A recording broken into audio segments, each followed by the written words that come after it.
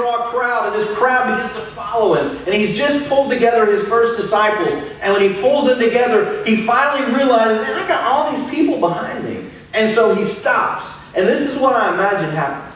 I imagine this is a moment that Jesus decides it is time to figure out which of you are just looking for a good time and which of you are serious about what I'm talking about.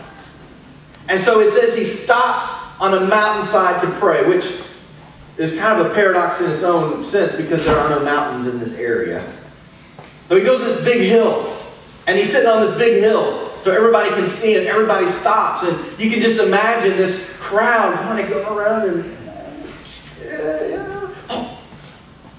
he stopped. What's going on? I don't know. What did he do? Well, he healed somebody? I don't know. He stopped. I can't. Come on, let's go. And you just imagine crowds pressing in, wondering what is going on.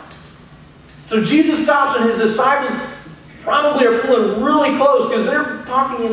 Where are you from? Yeah. Do you know anything about this guy? No. Did you check his references?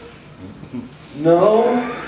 Well, you guys just out here for the day? No, I left my fishing business to follow him. I don't have anything. What? Yeah. Is this guy real?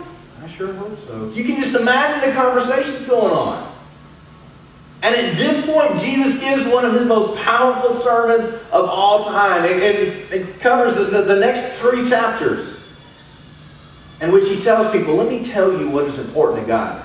And the reason I'm so excited about this series called Paradox is because when Jesus talks about relieving you from all the cares of your life so that you can experience something beyond what you thought possible, it is going to require you to think outside of what your common sense says.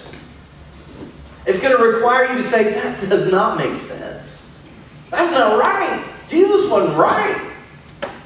And I imagine that in that crowd, a good number of them at the end of this sermon decided to pack it up and go home.